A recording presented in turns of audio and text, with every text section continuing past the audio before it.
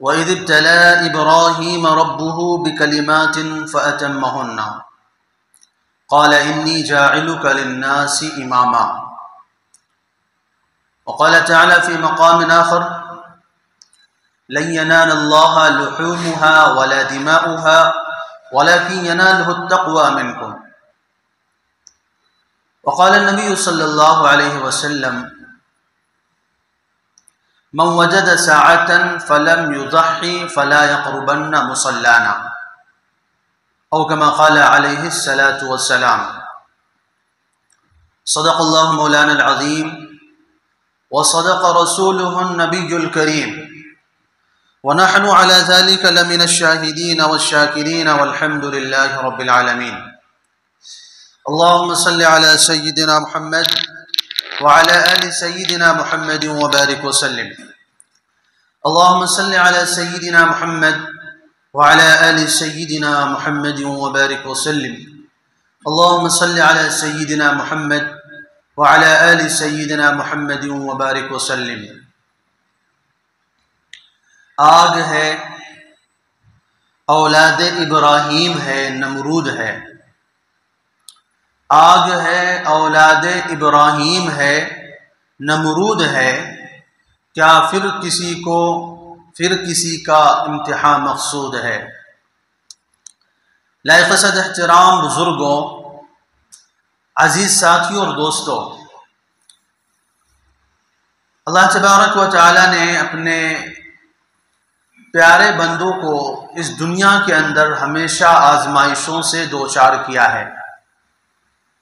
قرآن مجید کی جو آیت کریمہ میں نے آپ حضرات کے سامنے تلاوت کیا ہے، اس سے آپ کو اندازہ ہو گیا ہوگا کہ یہ حضرت ابراہیم علیہ السلام کا تذکرہ اس کے اندر ہوا ہے. ابراہیم علیہ السلام کے تعلق سے پچھلے ہفتے آپ کے سامنے بہت ساری باتیں آئی تھیں، ان کی جائے پیدائش کے بارے میں، ان کے ابتدائی زندگی کے متعلق، اور قوم، ملک، علاقے کی اس وقت کی صورتحال کے متعلق بہت ساری باتیں پچھلے ہفتے آپ کے سامنے آ چکی ہیں. ابراہیم علیہ السلام کی زندگی چونکہ آزمائشوں بھری رہی ہے، اللہ تعالیٰ نے ایک نہیں بہت سارے بڑے بڑے امتحانات سے ابراہیم علیہ السلام کو گزارا ہے.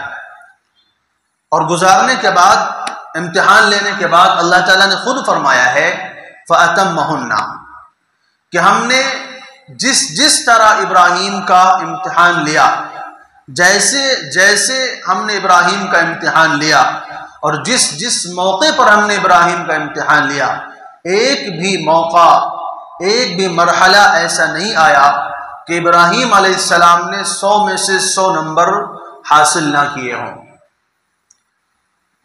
مکمل طور پر کامیاب ہوئے. اور ابراہیم علیہ السلام کی زندگی کا وہ مرحلہ آپ کے سامنے میں نے پچھلے ہفتے رکھا تھا، جب ابراہیم علیہ السلام جاتے ہیں بت خانے کے اندر، بتوں کو توڑتے ہیں، بتوں کو ریزہ کرتے ہیں، اور اس کے بعد آرام سے جا کر کے اپنے گھر میں سو جاتے ہیں. قرآن کہتا ہے فَجَعَلَهُمْ جُزَازًا إِلَّا كَبِيرًا لَهُمْ لَعَلَّهُمْ إِلَيْهِ يَرْجِعُونَ. جب ابراہیم علیہ السلام گئے تو سب سے پہلے تو ان سے بات کیا، ان سے کلام کرنے کی کوشش کی. اور یہ کلام کا مقصد یہ نہیں تھا کہ ابراہیم علیہ السلام کو یہ لگتا تھا کہ یہ لوگ بات کریں گے، ابھی اس مقصد سے کلام نہیں تھا. اس کلام کا مقصد ان کا ٹھٹھا کرنا تھا، ان کی لاچارگی اور بیچارگی کو، کمزوری کو، ان کے ضعف کو ظاہر کرنا تھا کہ بیچارے اتنے لاچار ہیں کہ ان سے اگر کچھ پوچھا جائے تو بول نہیں سکتے، ان سے اگر کسی چیز کے بارے میں معلوم کیا جائے تو بتا نہیں سکتے. یہ کیسے خدا ہو سکتے ہیں؟ یہ کیسے معبود ہو سکتے ہیں؟ اور جب ان کی طرف سے کوئی جواب نہیں آیا تو پھر وہی کام کیا کہ ابراہیم علیہ السلام نے کلہاڑا اٹھایا اور سب کو ایک طرف سے مارنا شروع کیا. سارے خداؤں کا، ساری دیوتاؤں کو کیا کر دیا؟ ایک لمحے کے اندر چورا چورا کر دیا. اللہ کبیرہ فرمایا بڑے کو چھوڑ دیا، اور بڑے کو چھوڑا ایک مقصد کے تحت، اس کو بھی توڑ سکتے تھے لیکن توڑا اس لیے نہیں کہ قوم کو ایک پیغام دینا تھا۔ اب قوم گئی، ابراہیم علیہ السلام تو آرام سے گھر چلے گئے، کام تمام کر گئے ان کا۔ جب قوم واپس آئی اور آئی بت خانے کے اندر اپنے بتوں کے سامنے سجدہ کرنے کے لیے، اپنے بتوں کو خوش کرنے کے لیے، راضی کرنے کے لیے، تو وہاں آنے کے بعد تو دیکھا کہ بھئی یہ تو ہمارے خداؤں کا تو حال ہی بگڑا پڑا ہے، ان کا تو تہس نہس ہوا پڑا ہے، ان بیچاروں کی کسی نے درگت بنا دی ہے۔ کہتے ہیں کہ الا کبیرا لهم لعلهم الیہ یرجعون قالوا من فعل هذا بآلہتنا انه لمن الظالمین، کہ کس نے ہمارے معبودوں کا یہ حال کیا ہے؟ ارے تمہارے معبودوں کا اگر یہ حال ہو سکتا ہے تو معبود کیسے ہیں؟ وہ کیسے خدا ہیں؟ وہ کیسے معبود ہیں؟ وہ کیسے پاور والے ہیں؟ وہ کیسے طاقت والے ہیں کہ اپنا بچاؤ نہیں کر سکے، اپنے آپ کو نہیں بچا سکے، اپنے آپ کی حفاظت نہیں کر سکے؟ کہنے لگے کہ من فعل هذا بآلہتنا انه لمن الظالمین، بڑا ظالم آدمی تھا، کوئی بڑا بے رحم انسان تھا جس نے ہمارے بھگوانوں کا یہ حال کر دیا ہے، ہمارے خداؤں کا یہ درگت بنائی ہے۔ کہتے ہیں بات چلنا شروع ہوئی تو کچھ لوگ وہ بھی تھے جن کے سامنے ابراہیم علیہ السلام نے کہا تھا نا کہ تمہارے خداؤں کا میں بناؤں گا کچھ، تمہارے خداؤں کا میں کچھ کرنے والا ہوں، تو وہ کہنے لگے سمعنا فتى يذكرهم يقال له ابراہیم، کہنے لگے ایک نوجوان ہے، بالکل ابھی عمر بھی زیادہ نہیں ہے، اور وہ نوجوان ہم نے سنا ہے اس کے بارے میں کہ وہ ہمارے معبودوں کے بارے میں بہت برا بھلا کہتا تھا۔ نمرود واپس آیا میلے سے، آ کر کے فوراً وہ بھی بت خانے میں گیا، وہاں جا کر کے صورتحال دیکھا، بت خانے کے سامنے فوراً اپنی عاملہ کی میٹنگ بلائی، اور میٹنگ بلانے کے بعد واقعات کی تحقیق کے بارے میں لوگوں کو فوراً حکم دیا کہ جس نے بھی ہمارے خداؤں کا یہ حال کیا ہے اس کو جلد سے جلد تلاش کیا جائے۔ تو لوگوں نے بتایا کہ ایک شخص ہے، ایک نوجوان ہے جس کو ابراہیم کہتے ہیں، اس کا نام ابراہیم ہے، اس کو ہم نے ان معبودوں کا تذکرہ کرتے ہوئے سنا ہے، اور ہمیں لگتا ہے کہ اس کے علاوہ کسی اور کا یہ کام نہیں ہے۔ کہتے فَأْتُوا بِهِ عَلَىٰ أَعْيُنِ النَّاسِ لَعَلَّهُمْ يَشْهَدُونَ، کہنے لگے کہ اچھا ٹھیک ہے، اگر انہوں نے ایسا کیا تو ان کو بلا کے لاؤ تاکہ لوگ دیکھیں بھی اور گواہی دیں کہ یہی نوجوان ہے جو ہمارے معبودوں کے بارے میں ایسا کہتا تھا۔ تو کہتے ہیں جب ابراہیم علیہ السلام کو گئے، بلا کر کے لائے، اور لانے کے بعد ابراہیم علیہ السلام کو نمرود کا اسٹیج لگا ہوا ہے وہی میدان کے اندر، ابراہیم علیہ السلام کو داہنی طرف کھڑا کر دیا جاتا ہے، تا حد نگاہ آدمی ہی آدمی ہیں، لوگ ہی لوگ ہیں، اور سب اس بات پر افسوس کر رہے ہیں اور غم کا اظہار کر رہے ہیں کہ آج ہمارے خداؤں کا برا حال ہو گیا ہے، آج ہمارے خداؤں کی درگت بن گئی ہے۔ تو کہنے لگے اَأَنْتَ فَعَلْتَ هَذَا بِآلِهَتِنَا يَا ابراہیم، سوال جواب شروع ہوا، بحث شروع ہوئی۔ تو نمرود نے کیا پوچھا؟ ابراہیم کیا تم نے ہمارے معبودوں کے ساتھ ایسا کیا ہے؟ کیا تم نے ہمارے معبودوں کی ایسی گت بنائی ہے؟ ابراہیم علیہ السلام نے فرمایا بل فعلہ کبیرہم ھذا، کہنے لگے میں کیا کروں گا، ان کے بڑے نے کیا ہے، اور ان کا جو بڑا ہے اس کو ذرا دیکھیے، اسی نے یہ کام کیا ہے۔ اور دیکھو کلہاڑا کس کے ہاتھ میں ہے؟ کلہاڑا تو اسی کے ہاتھ میں ہے نا۔ تو جب کلہاڑا اس کے ہاتھ میں ہے تو جس کے ہاتھ میں اوزار وہی تو مجرم ہوتا ہے، تو جب کلہاڑا اس کے ہاتھ میں، اس کا مطلب مجرم تمہارا یہ بڑا والا خدا ہے۔ اور وجہ کیا ہوئی ہے، سبب کیا ہوا ہے کہ یہ بڑا تھا، بقیہ سب چھوٹے تھے، تو اس کو غصہ رہتا تھا ان لوگوں کے اوپر کہ میں جب بڑا ہوں تو مجھے چھوڑ کر کے لوگ ان کے پیچھے کیوں جاتے ہیں، ان کے سامنے جا کر کے کیوں سجدہ کرتے ہیں، چڑھاوے چڑھاتے ہیں۔ تو اس کو غصہ تھا ان لوگوں سے، اور اس غصے کی وجہ سے اس نے کیا کیا کہ ان سب کو جو ہے مار مار کے لٹا دیا ہے، ریزہ ریزہ کر دیا ہے۔ ان کی حالت اسی نے خراب کی ہے۔ اب قوم نے دیکھا کہ ابراہیم علیہ السلام نے معاملہ تو بتوں کے حوالے کر دیا ہے، یعنی گیند تو ان کے پالے میں ڈال دی ہے کہ ان بتوں سے پوچھو کہ کس نے کیا ہے۔ بھئی جو مارے گئے ہیں، جن کے اوپر مار پڑی ہے، جن کی ٹھکائی ہوئی ہے، جن کی توڑائی ہوئی ہے، ان سے جا کے پوچھو نا کہ کس نے مارا ان کو۔ اور ہمارے ہاتھ میں کوئی اوزار ہے؟ اوزار بھی تمہارے بڑے والے بت کے ہاتھ میں، اس کا مطلب اسی نے کام کیا ہے۔ بل فعلوا کبیرہم ھذا فاسألوہم ان کانوا ینطقون۔ ابراہیم نے فرمایا کہ جاؤ پوچھو ان سے، معلوم کرو۔ اب بیچارے سب ایک دوسرے کا منہ تک رہے ہیں، کیا کریں؟ منہ تکنے کے علاوہ اور کوئی راستہ تو ہے ہی نہیں، کیونکہ جن لوگوں کو خدا بنائے وہ بیچارے بول بھی نہیں سکتے ہیں، تو پوچھیں کسے؟ کہتے ہیں ثم نکسوا علی رؤوسہم فرجعوا الی انفسہم فقالوا انکم انتم الظالمون۔ اب ان کو احساس ہوا اس بات کا کہ یار ہم لوگ غلطی پر ہیں، ہمارا کام ٹھیک نہیں ہے، ہمارا نظریہ ٹھیک نہیں ہے، ہم نے جن کو خدا بنایا ہوا ہے یہ اس لائق نہیں ہے کہ یہ خدا بنائے جائیں۔ تو آپس میں ہی کہنے لگے ایک دوسرے کو، کیا واقعی ہم ہی سے غلطی ہوئی ہے؟ انکم انتم الظالمون کہنے لگے کہ تم سے یہ غلطی ہوئی ہے، تم سے یہ خطا ہوئی ہے کہ تم نے ان کو خدا بنایا۔ لیکن کہتے ہیں نا، تعصب بہت بری چیز ہوتی ہے۔ تعصب ایسی چیز ہے کہ انسان پتہ ہے کہ میں ناحق ہوں، انسان کو معلوم ہوتا ہے کہ میں غلطی پر ہوں، انسان کو پتہ ہوتا ہے کہ میرا موقف صحیح نہیں ہے، پھر بھی وہ انسان جو ہے تعصب کی وجہ سے غلط پر بھی ڈٹ جایا کرتا ہے، باطل پر بھی ڈٹ جایا کرتا ہے۔ کہتے ہیں ثم نکسوا علی رؤوسہم، سب کے سب سر جھکائے ہوئے ہیں ابراہیم کے سامنے، ہمت نہیں ہو رہی ہے آنکھ سے آنکھ ملا کر بات کرنے کی۔ وجہ کیا ہے کہ ابراہیم علیہ السلام کہہ رہے ہیں مجھ سے کیوں پوچھ رہے ہو، ان کے اوپر مار پڑی، ان سے جا کے پوچھو، میں کیوں بتاؤں کس نے مارا ہے ان کو۔ اب وہ کہہ رہے ہیں کہ ابراہیم لقد علمت ما هؤلاء ينطقون، آپ کو پتہ نہیں کہ یہ بیچارے بول نہیں سکتے۔ اب خود ہی کہنے لگے ابراہیم آپ تو جانتے ہیں، آپ کو تو اچھی طرح پتہ ہے کہ یہ بول نہیں سکتے، بیچارے بہت لاچار ہیں، کمزور ہیں، ان کے اندر بولنے کی طاقت نہیں ہے۔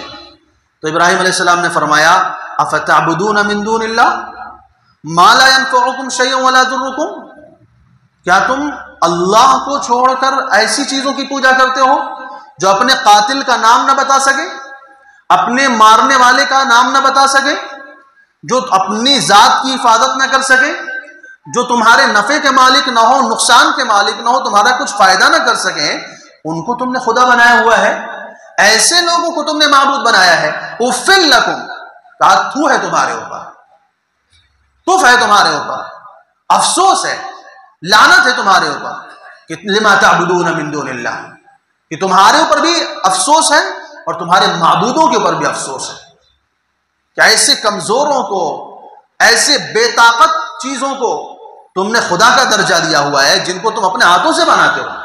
اُفٍّ لَكُمْ وَلِمَا تَعْبُدُونَ مِن دُونِ اللَّهِ أَفَلَا تَعْقِلُونَ، کہا اتنی عقل تم لوگوں میں نہیں ہے۔ پورا مجمع تحت نگاہ کھڑا ہے، ہمت نہیں ہو رہی ہے کسی کے اندر ابراہیم کے دلائل کا جواب دے۔ مجلس بھی نمرود کی ہے، فوج بھی نمرود کی ہے، لوگ بھی نمرود کے ہیں، ابراہیم کے علاوہ کوئی دوسرا مسلمان وہاں پہ موجود نہیں ہے، اکیلے مسلمان ہیں، اکیلے موحد ہیں۔ اس لیے ابراہیم علیہ السلام کو موحد اعظم کہا جاتا ہے، سب سے بڑے موحد ان کا لقب ہے۔ وجہ اس کی وہی ہے کہ ایسے ماحول میں ابراہیم علیہ السلام نے ایک خدا کی عبادت کا ڈنکا بجایا۔ پورا قوم، پورا ملک، پوری قوم، سلطنت، حکومت، بادشاہ، رعایا، فوجی، وزراء، سارے کے سارے کیا ہیں؟ بت پرست ہیں۔ لیکن ابراہیم علیہ السلام پوچھ رہے ہیں افلا تعقلون، اتنا بڑا لاکھوں کا مجمع ہے، کیا تمہارے اندر عقل نہیں ہے؟ کیا تمہارے اندر اتنی سمجھ نہیں ہے کہ تم ان کی پوجا کرتے ہو؟ اب نمرود بھی خاموش بیٹھا ہے، کچھ نہیں بول رہا، اس کے وزراء بھی چپ چاپ بیٹھے ہیں، عوام بھی خاموش کھڑی ہے، سب سناٹا چھایا ہوا ہے۔ لیکن کہتے نا کہ تعصب وہی بری چیز ہوتی ہے۔ کہتے اچانک ان کے جو پنڈت لوگ تھے، پروہت لوگ تھے، نعرہ شروع کر دیا، یہ گستاخ ہے، گستاخ ہے، ہمارے خداؤں کا گستاخ ہے، یہ بے ادب ہے، اس کو مارو، اس کو قتل کرو، اس کو ختم کرو، اس نے ہمارے خداؤں کے ساتھ زیادتی کی ہے، اس نے ہمارے خداؤں کے اوپر ظلم کیا ہے، اس نے ہمارے خداؤں کو مارا ہے، پیٹا ہے، اس کو مارو، اس کا بدلہ لو۔ قالوا حرقوه وانصروا آلهتكم ان کنتم فاعلین، کہنے لگے کہ ابراہیم کو جلاؤ، اس کو قتل کرو، اس کو ختم کرو اور اپنے خداؤں کی حفاظت کرو۔ ایسے کون سے خدا دنیا میں ہوتے ہیں کہ بندے ان کی حفاظت کرنے کے لیے جائیں؟ ایسے کون سے خدا دنیا میں ہیں؟ خدا تو وہ ہوتا ہے جو ساری کائنات کو چلاتا ہے۔ اللہ لا الہ الا ہو الحی القیوم، فرمایا وہ خود زندہ ہے، ساری کائنات کو ہی سنبھالے ہوئے۔ آسمان ہو، زمین ہو، چاند ہو، سورج ہو، ستارے ہوں، سیارے ہوں، مخلوقات ہوں، جو کچھ بھی دنیا کے اندر ہے، سب کو چلانے والا، سب کو سنبھالنے والا، سب کو وجود دینے والا اللہ ہے، جس کے سوا کوئی معبود نہیں۔ ابراہیم علیہ السلام نے زبردست تقریر فرمائی، کہا تمہاری یہ حالت ہے، تمہارے عقل کا یہ حال ہے کہ تم نے ایسی چیزوں کو رب تسلیم کیا۔ تو لوگوں نے شور شروع کیا کہ تو ہمارے خداؤں کا گستاخ ہے، بے ادب ہے، اس کو مارو، قتل کرو۔ کہتے ہیں نمرود خاموش بیٹھا رہا، کچھ نہیں بولا، مجلس برخاست کر دی، ابراہیم علیہ السلام کو جیل میں ڈال دیا۔ اب مشورے ہو رہے ہیں، میٹنگیں ہو رہی ہیں، بار بار مجلس لگ رہی کہ کیا فیصلہ لیا جائے، کیا فیصلہ لیا جائے۔ بالآخر نمرود نے حضرت ابراہیم علیہ السلام کو جلانے ہی کا فیصلہ کیا کہ ابراہیم علیہ السلام کو جلایا جائے گا۔ ابراہیم علیہ السلام کے واسطے تاریخ متعین ہوئی، 40 دن تک مسلسل لکڑیاں جمع کی گئیں۔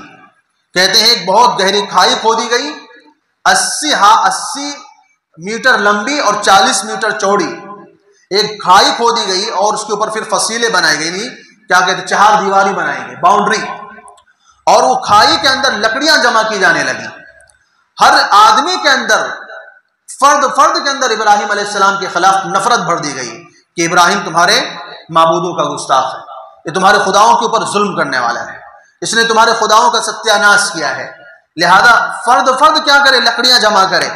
کہتے ہیں لوگ منتیں مان کر کے لکڑیاں لاتے تھے، اگر میرا یہ کام ہو گیا تو میں ابراہیم کی آگ میں اتنی لکڑیاں ڈالوں گا، اگر میرا یہ کام ہو گیا تو میں اس آگ میں اتنی لکڑیاں ڈالوں گا۔ لوگ منتیں مان کر کے لکڑیاں لا کے ڈالتے تھے۔ 40 دن تک مسلسل لکڑیاں جمع کی گئیں۔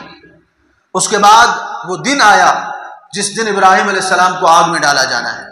ابراہیم علیہ السلام کو بیڑیوں میں جکڑ کر لایا جاتا ہے، عوام کھڑی ہوئی ہے، نمرود بادشاہ کے اشارے کے سب منتظر ہیں۔ ابراہیم علیہ السلام کے واسطے ایک منجنیق تیار کی گئی ہے، اس کے ذریعے ابراہیم علیہ السلام کو پھینکا جانا ہے آگ کے اندر، کیونکہ آگ اتنی زیادہ بلند ہے کہ کوئی اس کے آس پاس نہیں جا سکتا۔ تو غلیل کے ٹائپ کی کوئی چیز ہوتی تھی کہ اس کو کھینچ کر چھوڑا جاتا تھا تو آدمی اڑ کر کے دوسری طرف جا کے گرتا۔ کہتے ہیں کہ آگ کو جب جلایا جا رہا تھا تو اس آگ کے چاروں طرف آگ میں لکڑی میں آگ جلا کر کے ایک شخص گھوم رہا تھا، وہ کوئی اور نہیں تھا، وہ ابراہیم علیہ السلام کا باپ آزر تھا۔ آگ کو روشن کرنے میں سب سے زیادہ آگے وہی تھا، حالانکہ اس کو پتا تھا وہ ایک ظالم بادشاہ کے ماتحت میں زندگی گزار رہا ہے، ایک غلط مذہب کی پیروی کر رہا ہے، ایک باطل مذہب کے اوپر وہ چلنے والا ہے، لیکن ان سب چیزوں کے باوجود وہ اپنے پیارے حقیقی بیٹے کو اور انتہائی قابل، ہنرمند، ہوشیار، دانا، عقل مند بیٹے کو وہ جلانے کے لیے آگ جلا رہا ہے۔ جب آگ شعلوں سے باتیں کرنے لگی، کہتے ہیں اتنی زیادہ بلند آگ ہوئی کہ اگر پرندہ بھی فضا میں اڑتا تھا تو اس آگ کی گرمی سے مر کے گر جاتا تھا۔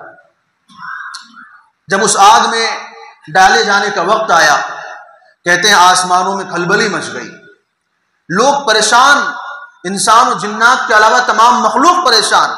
فرشتے اللہ تعالیٰ سے کہہ رہے ہیں یا ربنا ابراہیم یحرق فیک، اللہ کیا آج ابراہیم کو جلا دیا جائے گا؟ کیا آج ابراہیم کو ختم کر دیا جائے گا؟ کہ آج ابراہیم کے بدن کی راکھ بن جائے گی؟ اللہ تعالیٰ نے فرمایا انا اعلم بہ، مجھے زیادہ پتا ہے، تم مجھے مت بتاؤ کہ ابراہیم کے ساتھ کیا ہو رہا ہے، مجھے زیادہ پتا ہے کہ ابراہیم کے ساتھ کیا ہو رہا ہے۔ کہا جاؤ تم ابراہیم کے پاس، اگر وہ تم سے ضرورت پیش کرتا ہے، اگر وہ تم سے مدد مانگتا ہے، فَإِن دَعَاكُمْ فَأَغِيثُوا لَهُ، اگر وہ تم سے مدد مانگتا ہے تو اس کی مدد کرو جا کر کے، وَإِن لَمْ يَدْعُ غَيْرِي فَأَنَا لَهُ، اور اگر ابراہیم میرے علاوہ کسی کو نہیں پکارتا ہے تو پھر میں کافی ہوں ابراہیم کے لیے، تمہیں پریشان ہونے کی ضرورت نہیں ہے۔ فرشتوں کی آمد کا سلسلہ شروع ہوا۔ سب سے پہلے جبرائیل علیہ السلام آئے، اَلَكَ حَاجَةٌ یا ابراہیم، ابراہیم میں کچھ کروں آپ کے لیے، میں ان لوگوں کے ساتھ نمٹ لوں، کیا میں ان کو ختم نہ کر دوں؟ ابراہیم علیہ السلام نے فرمایا اما الیک فلا حاجت لی، مجھے تمہاری ضرورت نہیں ہے، تم جاؤ، مجھے تم سے کوئی لینا دینا نہیں ہے۔ کہتے ہواؤں کا فرشتہ آیا، ابراہیم آپ کہیے تو میں اس آگ کو ہوا کے ذریعے اڑا کے ختم کر دیتا ہوں کہ یہاں پر نام و نشان نہیں بچے گا۔ اس سے بھی کہا کہ نہیں، مجھے تمہاری بھی ضرورت نہیں ہے۔ پانی کا فرشتہ آیا، کہنے لگا کہ اگر آپ کہیں تو ابھی میں بادلوں کو حکم دیتا ہوں، بارش برس جائے گی یا آگ بجھ جائے گی۔ ابراہیم علیہ السلام نے فرمایا مجھے تمہاری بھی ضرورت نہیں۔ فرشتے آتے جاتے رہے، ابراہیم کے سامنے مدد کی پیشکش کرتے رہے، لیکن ابراہیم علیہ السلام کسی کی مدد لینے کو تیار نہیں ہوئے۔ اور اس کے بعد جب ابراہیم علیہ السلام کو بالکل آگ میں پھینکا جا رہا ہے، اسی وقت میں ابراہیم علیہ السلام نے اللہ تعالیٰ کو پکارا اور کیا فرمایا؟ اللہم انت الواحد فی السماء وانا الواحد فی الارض ولیس احد فی الارض یعبدک غیری۔ کہنے لگے اللہ آپ آسمان میں اکیلے ہیں، میں زمین میں اکیلا ہوں، اور اس روئے زمین کے اوپر میرے علاوہ دوسرا کوئی موجود نہیں ہے جو آپ کی عبادت کرتا ہو۔ پوری کائنات کافروں سے بھری ہوئی تھی، ایک مسلمان ابراہیم کے علاوہ اس وقت کوئی مسلمان دنیا میں موجود نہیں تھا۔ کہتے ہیں اس کے بعد ابراہیم علیہ السلام کو آگ میں ڈالا گیا۔ جب ان کو آگ میں ڈالا گیا اس وقت ان کی زبان سے ایک جملہ نکلا، حسبی اللہ و نعم الوکیل، اللہ میرے لیے کافی ہے اور وہی میرا کام بنانے والا ہے۔ ایسا اطمینان، ایسا سکون، سامنے آگ جہنم جیسی جل رہی ہے اور اتنا بڑا انگارہ ہے، 80 گز لمبا، 40 گز چوڑا، اور آسمان سے باتیں کرتی ہوئی آگ، اور اس آگ میں ابراہیم کو ڈالا جا رہا ہے، لیکن پریشانی کا نام نشان نہیں ہے۔ اللہ کی قدرت پر، اللہ کی ذات پر، اللہ کی طاقت کے اوپر ایسا بھروسہ ہے کہ اتنی بڑی آگ کو دیکھ کر کے ابراہیم ذرہ برابر نہیں گھبرا رہے۔ ایک لمحے کے لیے بھی ابراہیم کے دل میں گھبراہٹ پیدا نہیں ہو رہی۔ جب ابراہیم علیہ السلام آگ میں پہنچتے ہیں تو آگ کا منظر ہی بدلا ہوا ہے۔ وہاں تو آگ نام کی چیز ہی نہیں ہے، وہاں تو گل و گلزار بنا ہوا ہے سب کچھ، وہاں پر پھول کھلے ہوئے ہیں، پانی کے چشمے جاری ہیں، وہاں پر سکون ہے، راحت ہے۔ کیوں؟ کیونکہ اوپر سے حکم آ گیا تھا، قلنا یا نار کونی بردا وسلاما علی ابراہیم، اے آگ ابراہیم کے واسطے تو ٹھنڈی اور سلامتی والی بن جا۔ تیرا کام جلانا ہے، تیرا کام اپنے اندر پڑنے والی چیزوں کو جلا کر راکھ بنا دینا ہے، لیکن میرا حکم یہ ہے کہ ابراہیم کا ایک بال بھی جلنا نہیں چاہیے، ابراہیم کا ایک بال بھی بیکار نہیں ہونا چاہیے۔ اگر ابراہیم کے ایک بال کو بھی نقصان ہوا میں تجھے جہنم میں ڈال دوں گا۔ آگ کو اتنا خوف ہے اللہ کا کہ آگ نے ابراہیم کا کچھ بھی نقصان نہیں کیا۔ ابراہیم علیہ السلام کو کہتے ہیں تقریباً 40 دن تک اس آگ میں رہنا پڑا، کوئی پریشانی نہیں، کچھ بھی گرمی محسوس نہیں ہو رہی۔ کہتے ہیں جبرائیل علیہ السلام آتے تھے، صرف پسینہ پیشانی سے پوچھتے تھے، بس اتنا خالی گرمی محسوس ہوتی تھی۔ اتنی بڑی آگ میں گرمی کا احساس کیا ہے کہ صرف پیشانی کے اوپر پسینہ آ رہا ہے، اور اس کے واسطے میں جبرائیل کی ڈیوٹی لگی ہوئی پسینہ پوچھنے کے لیے کہ میرے خلیل کو آگ میں ڈالا گیا ہے، جبرائیل جا کر کے تم پسینہ پوچھو۔ اس کے بعد اللہ تعالیٰ نے ایک فرشتے کو باقاعدہ آپ کے ساتھ کر دیا، وہ آپ کے ساتھ وہاں رہتا تھا تسلی کے لیے، اطمینان کے لیے۔ 40 دن جب گزر گئے، 40 دن تک وہ آگ جلتی رہی، ابراہیم علیہ السلام اندر موجود رہے۔ کائنات کی آنکھوں نے یہ نظارہ دیکھا، مخلوقات نے یہ نظارہ دیکھا اللہ کی قدرت کا، اللہ کی طاقت کا، کہ اتنی بڑی آگ بھی ابراہیم کو جلا نہ سکی۔ 40 دن گزرنے کے بعد نمرود آیا معائنہ کرنے کے لیے، دیکھنے کے لیے کہ دیکھیں کیا ہوا ابراہیم کا، جل کے راکھ ہو گئے ہوں گے، اب تو ان کی ہڈیاں بھی نہیں ملیں گی ہم کو۔ کہتے ہیں کہ جب اس نے دور سے جھانکا تو دیکھا کہ کوئی آدمی آگ کے اندر بیٹھا ہوا ہے، تو اس نے کہا یہ عجیب معاملہ ہے کہ کون اندر بیٹھا ہوا ہے؟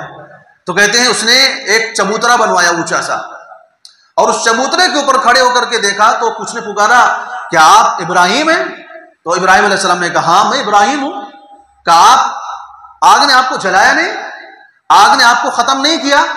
کہا آگ بھی میرے رب کی محتاج ہے، میرا رب اگر چاہتا تو تیری آگ جلاتی، میرے رب کا حکم نہیں ہوا تو تیری آگ نے میرا کوئی نقصان نہیں کیا۔ اب اس نے کہا اچھا، اب اس کے دل میں تھوڑی نرمی پیدا ہوئی، نمرود کے دل میں، کہنے لگا ابراہیم کیا آپ باہر آ سکتے ہیں؟ انہوں نے کہا بالکل باہر آ سکتا ہوں۔ کہا آگ نقصان نہیں پہنچائے گی؟ کہا 40 دن سے اسی آگ میں تو بیٹھا ہوں، اگر اس آگ نے مجھے نقصان پہنچانا ہوتا تو میں کب کے جل کر راکھ ہو گیا ہوتا، لیکن مجھے آگ نقصان نہیں پہنچائے گی۔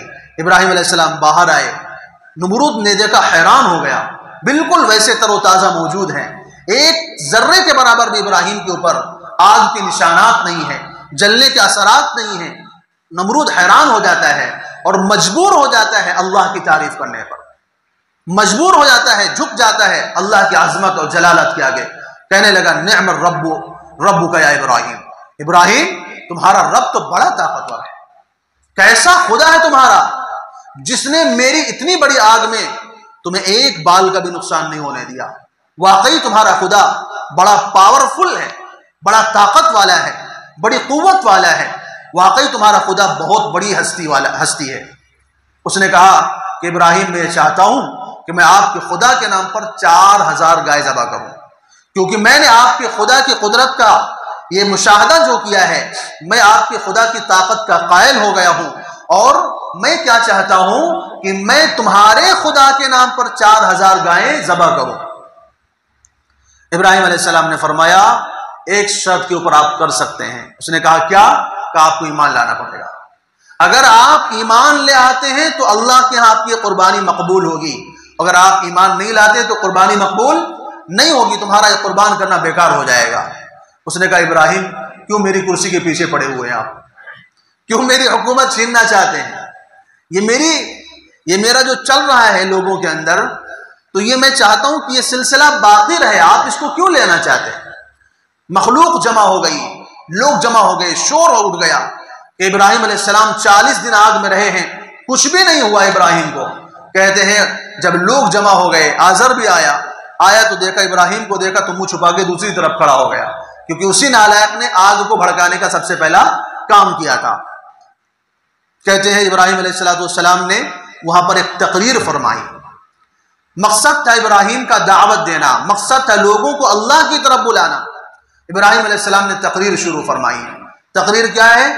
قال انما اتخذتم من دون اللہ اوثانا، کہنے لگے اللہ تعالیٰ کو چھوڑ کر کے تم نے جن بتوں کو تم نے خدا بنایا ہوا ہے، جن بتوں کو تم نے معبود بنایا ہوا ہے، مودۃ بینکم فی الحیات الدنیا، یہ صرف دنیا کی زندگی میں آپسی تعلقات کو قائم رکھنے کے لیے تم نے ایسا کیا ہے۔ کیونکہ آپ جانتے ہیں کہ اگر ایک آدمی مشرک ہو، کافر ہو، اگر وہ اپنا مذہب چھوڑ کر کے ایمان میں آ جائے تو پورا قبیلہ، پورا ملک، پورا خطہ اس کا دشمن بن جاتا ہے۔ تو تم نے آپسی دوستی کو برقرار رکھنے کے لیے، آپسی رشتے کو برقرار رکھنے کے لیے تم نے ان چیزوں کو معبود بنایا ہوا ہے۔ انما اتخذتم من دون اللہ اوثانا مودۃ بینکم فی الحیات الدنیا ثم یوم القیامۃ یکفر بعضکم بعضا، قیامت کے دن تم ایک دوسرے کے منکر بنو گے، ایک دوسرے کو لعنت کرو گے، ایک دوسرے کو گالی دو گے، اور کہو گے کہ اگر یہ نہیں ہوتا تو میں مسلمان ہو جاتا، تم کہو گے قیامت کے دن۔ قرآن کہتا ہے وَقَالُوا رَبَّنَا إِنَّا أَطَعْنَا سَادَتَنَا وَكُبَرَاءَنَا فَأَضَلُّونَا السَّبِيلَ، اے اللہ ہم نے اپنے بڑوں کی بات مانی، اپنے نیتاؤں کی اور اپنے لیڈروں کی بات مانی، جس کی وجہ سے ہم گمراہی میں پڑ گئے، ہم غلط راستے پر چلے گئے، ہم کفر و شرک میں پڑ گئے۔ اے اللہ ربنا آتِهِمْ ضِعْفَيْنِ مِنَ الْعَذَابِ، اے اللہ ان کو ڈبل عذاب دیجیے، کیونکہ نالائق یہ لوگ خود گمراہ تھے اور ہمیں بھی گمراہ کیا ہے انہوں نے۔ تو ابراہیم علیہ السلام کیا فرماتے ہیں کہ آج تو تم دنیا میں رشتے کو برقرار رکھنے کے لیے، دوستی کو برقرار رکھنے کے لیے، تعلقات کو برقرار رکھنے کے لیے تم کفر کو اختیار کر رہے ہو، تم بتوں کی پوجا میں لگے ہو۔ ثم یوم القیامہ، قیامت کے دن یکفر بعضکم بعضا، تم ایک دوسرے کو انکار کرو گے، ویلعن بعضکم بعضا، ایک دوسرے کو لعنت کرو گے، ایک دوسرے کو برا بھلا کہو گے کہ ان کی وجہ سے ہمارے ساتھ ایسا ہوا۔ اور ہوگا قیامت کے دن ایسا ہوگا، ہر کافر، ہر مشرک، ہر گمراہ آدمی اپنے بڑے کو کہے گا کہ اللہ یہ نہیں ہوتا تو میں مسلمان ہوتا، لولا انتم لکنا مسلمین، قرآن کہتا ہے، کہیں گے کہ اگر تم نہ ہوتے، اگر تم خبیث لوگ ہمارے پاس نہ آتے تو ہم مسلمان ہوتے۔ تو یہ قیامت کی تم ایسا کرو گے، ابراہیم علیہ السلام نے فرمایا، لیکن آج تمہاری سمجھ میں یہ بات نہیں آ رہی ہے۔ وَمَأْوَاكُمُ النَّارُ، لیکن فرمایا تمہارا یہ لعن طعن کرنا، تمہارا یہ افسوس ظاہر کرنا، تمہارا یہ ندامت کو پیش کرنا قیامت کے دن کوئی فائدہ نہیں دے گا، تم سب کو جہنم میں جانا پڑے گا۔ وَبِئْسَ الْمَصِيرُ، اور جہنم بہت برا ٹھکانہ ہے۔ تو ابراہیم علیہ السلام نے جب یہ تقریر کی، اس وقت بہت سارے لوگ ایمان میں آئے، اور اس وقت ابراہیم علیہ السلام کے ایک بھتیجے تھے حضرت لوط علیہ السلام، وہ اس وقت تک نبی نہیں تھے، محض ایک عام انسان تھے۔ ابراہیم علیہ السلام کے بڑے بھائی ہاران کے بیٹے تھے حضرت لوط علیہ السلام، انہوں نے کھلم کھلا اپنے ایمان کا اعلان کیا۔ فآمن لہ لوط، قرآن کہتا ہے کہ ابراہیم علیہ السلام پر لوط حضرت لوط ایمان لے آئے۔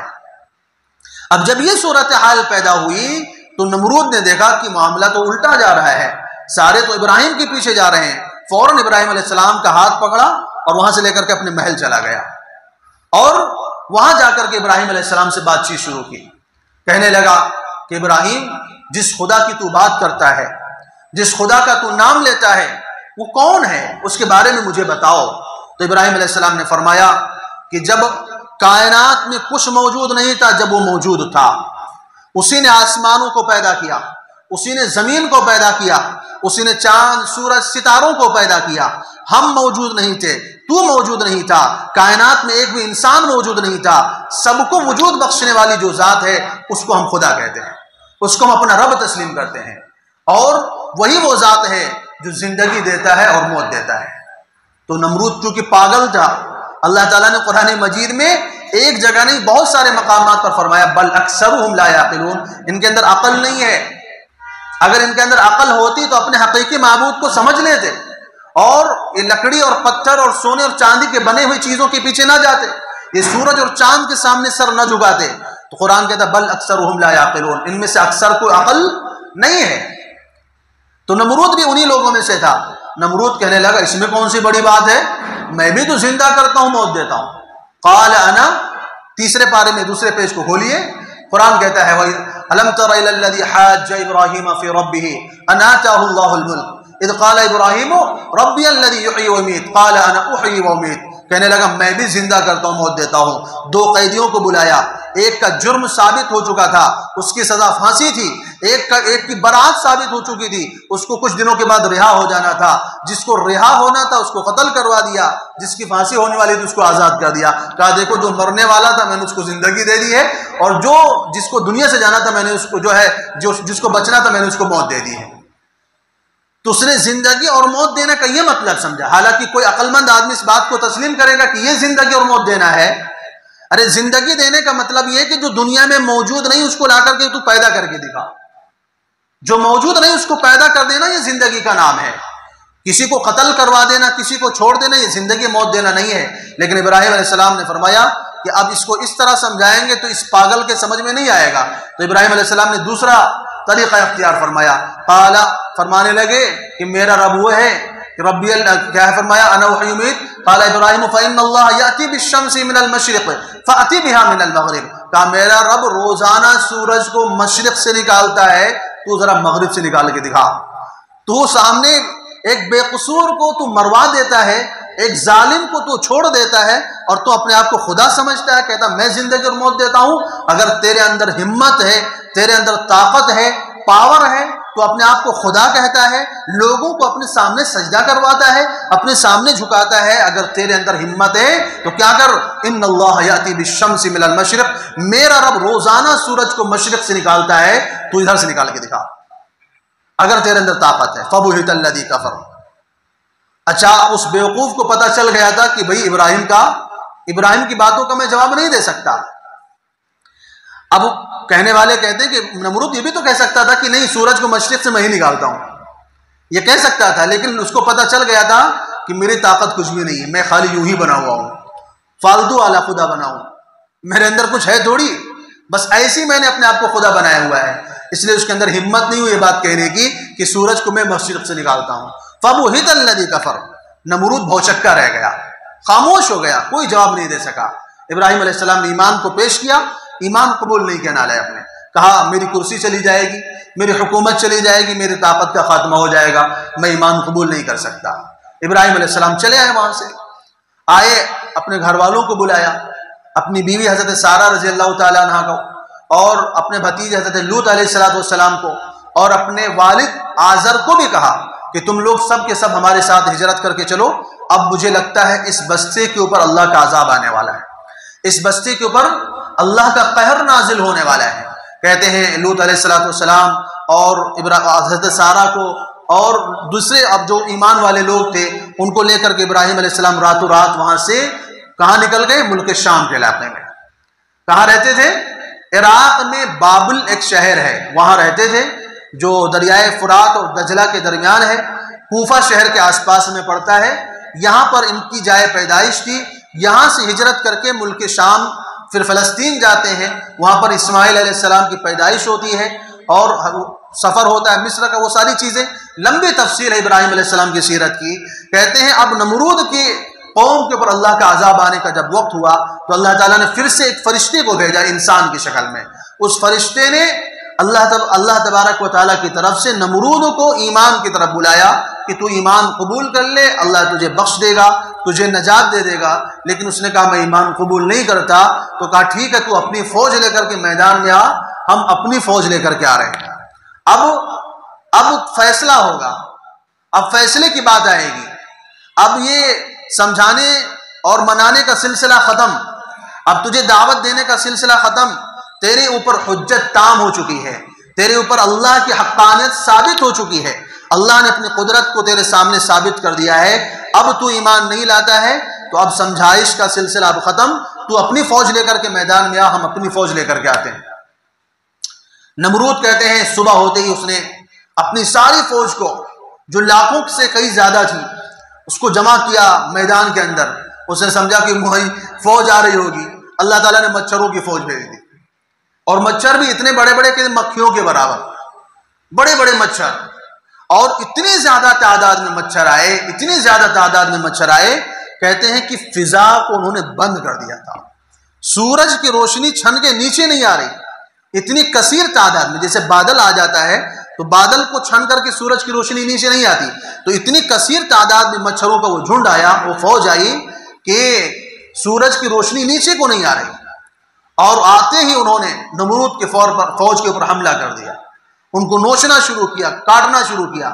ابھی بیچارے تلوار چلا رہے، تیر چلا رہے، کہاں کس کو لگے گا، سوچ رہے، ہر کوشش کر رہے ہیں بھگانے کی، ان کو مارنے کی، لیکن مچھر تو مچھر، ان کو آپ کیسے بھگائیں گے، ان کو آپ کیسے قتل کریں گے، ان کو تلوار اثر کرے گی کہ تیر اثر کرے گی، کچھ بھی اثر نہیں ہو رہا۔ کہتے ہیں ان مچھروں نے نمرود کی فوج کو ایسا نوچا کہ لاکھوں سے زیادہ کی فوج تھی، شام ہوتے ہوتے صرف ان کی ہڈیاں رہ گئی،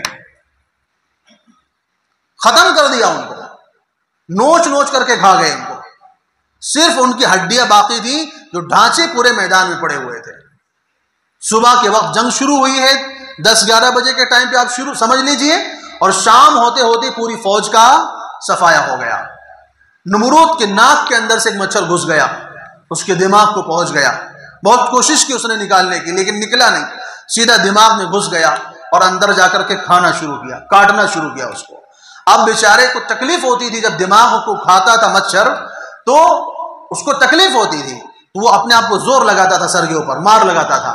مقصد کیا تھا کہ جب جھٹکا لگے گا تو مچھر کاٹنا بند کر دے گا، چنانچہ ایسا ہونے لگا۔ اب نمرود بیچارے کا علاج ہی کیا ہو گیا، اس نے باقاعدہ ایک آدمی کو متعین کیا کہ تو ہمارے سر پر جوتے مارتا رہے، جب میں اشارہ کروں تو جوتے مارنا شروع کر، اور جب میں اشارہ کروں تو بند کر۔ اب جب مچھر اندر کاٹنا شروع کرتا تھا تو نوکر جوتے مارنا شروع کرتا تھا، جب تک وہ کاٹتا رہتا تھا یہ جوتے مارتا رہتا تھا، اور جب جوتے مارنے کی وجہ سے مچھر تھوڑی دیر خاموش بیٹھ جاتا تھا تو پھر جوتے مارنے کا سلسلہ بھی بند ہو جاتا تھا۔ ایسے کرتے کرتے اللہ تعالیٰ نے نمرود کو ایسا ذلیل کیا، مورخین فرماتے ہیں 300 سال نمرود اسی حال میں گزارے۔ ذرا سوچئے اللہ نے اس کے غرور کو کیسا توڑا ہے۔ اللہ تعالیٰ کو غرور بالکل پسند نہیں ہے، اللہ تعالیٰ کو تکبر پسند نہیں ہے۔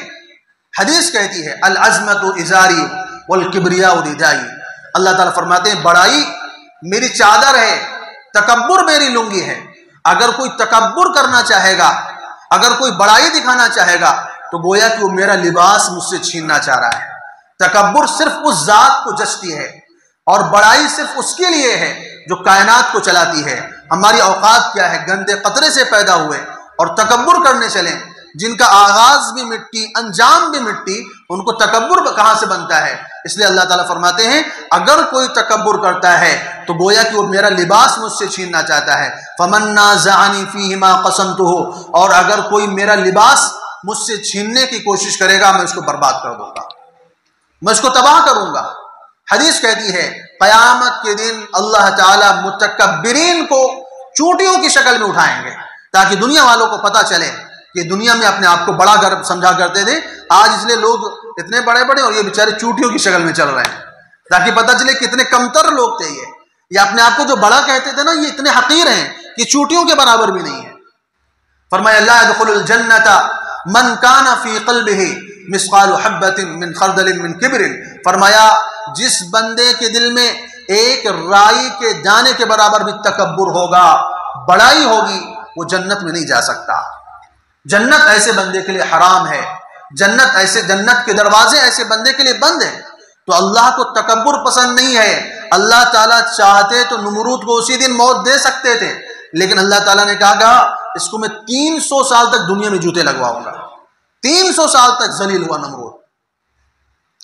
کہتے اس کا مغز ایک مچھر نے کھا کر کہا ایسی بڑائی جتانے کا کیا فائدہ، ایسی بڑائی کیوں جتائی تو نے کیوں خود کو خدا کا درجہ دے دیا؟ اللہ نے دیا تھا دولت، حکومت اللہ نے دی تھی، طاقت تجھے اللہ نے دی تھی، ساری دنیا کے اوپر اس کی حکومت چلتی تھی، لیکن اس حکومت کے نتیجے میں اس کے اندر تکبر آ گیا، بڑائی آ گئی، خود کو خدا کہنے لگا، خود کو معبود سمجھنے لگا۔ تو اللہ تعالیٰ نے کیا کیا؟ چھوٹے سے مچھر سے اس کا دماغ صحیح کروایا، چھوٹے سے مچھر سے۔ اللہ تعالیٰ جب چاہتے ہیں، فرمایا وما یعلم جنود ربک الا ہو، اللہ کے تم لشکروں کو نہیں جانتے۔ اللہ تعالیٰ کب کس سے کیا کام لے لے تمہیں پتہ بھی نہیں چلے گا۔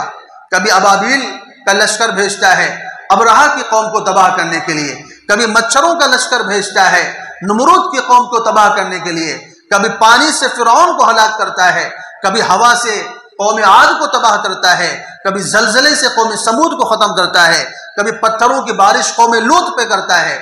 یہ اللہ تعالیٰ کی طرف سے مختلف نافرمان قوموں کے اوپر اللہ کے عذاب آئے ہیں، جو اس وجہ سے قرآن کہتا ہے قال الذین استکبروا قال الذین استکبروا قال الذین استکبروا، یہ جتنے بھی قوموں کے اوپر عذاب آئے سب کے اندر برائی وہی تھی، تکبر، بڑائی۔ تکبر کی وجہ سے انہوں نے ایمان قبول نہیں کیا۔ قرآن کہتا ہے بغیم بینہم، بغیم بینہم، یہ ایمان کیوں قبول نہیں کر رہے ہیں؟ آپسی زدی کی وجہ سے، آپسی بڑائی کی وجہ سے، آپسی تکبر کی وجہ سے ایمان قبول نہیں کر رہے ہیں، ورنہ ان کو حق معلوم ہے، اپنی طاقت کا بھی اندازہ ہے، اپنی قوت کا بھی اندازہ ہے۔ تو یہ ابراہیم علیہ السلام کی یہ سیرت کا ایک چھوٹا سا حصہ جو آپ کے سامنے میں نے رکھا ہے، چونکہ ابھی ہمارے سامنے قربانی کا مسئلہ ہے، قربانی کے دن آنے والے ہیں، ارادہ تھا کہ دونوں چیزیں آپ کے سامنے رکھیں گے، لیکن ایک ہی چیز آپ کے سامنے بیان ہو سکی، چونکہ اگلا جمعہ بھی ہمارے قربانی کے دنوں میں پڑے گا، تو انشاءاللہ قربانی کے فضائل کے تعلق سے بات اگلے جمعے میں آپ کے سامنے رکھی جائے گی یا عید کے دن رکھی جائے گی۔ ابراہیم علیہ السلام کی زندگی کا ایک چھوٹا سا حصہ آپ کے سامنے پیش کیا ہے کہ اللہ تبارک و تعالیٰ نے اپنے پیغمبر کو کیسے امتحانوں سے گزارا اور پھر کیسے ان کی حفاظت فرمائی اور دشمنوں کو کیسے نیست اور نابود کیا ہے۔ یہ اللہ تعالیٰ کی سنت ہے، یہی اللہ تعالیٰ کا طریقہ ہے کہ اللہ تعالیٰ اپنے نیک بندوں کا ساتھ کبھی بھی نہیں چھوڑتے ہیں۔ اللہ تعالیٰ ہمیشہ اپنے نیک بندوں کے ساتھ رہتے ہیں۔ وقتی طور پر پریشانی آ سکتی ہے، وقتی طور پر آپ کو دیکھے گا کہ ظالم کو طاقت مل رہی ہے، ظالم کی پاور بڑھ رہی ہے، لیکن یہ ظلم کی چکی زیادہ دیر تک چلتی نہیں ہے، بہت جلدی ٹوٹ جاتی ہے۔ یہ اللہ کی سنت رہی ہے، اللہ کا یہ طریقہ رہا ہے۔ اللہ تبارک و تعالی ہم سب کو اپنے پیارے پیغمبر حضرت ابراہیم علیہ السلام کی سنتوں پر چلنے کی توفیق عطا فرمائے، اپنے پیارے حبیب حضرت محمد صلی اللہ علیہ وسلم کی سنتوں پر چلنے کی توفیق عطا فرمائے، اپنے پیاروں کے راستے پر زندگیاں گزارنے کی توفیق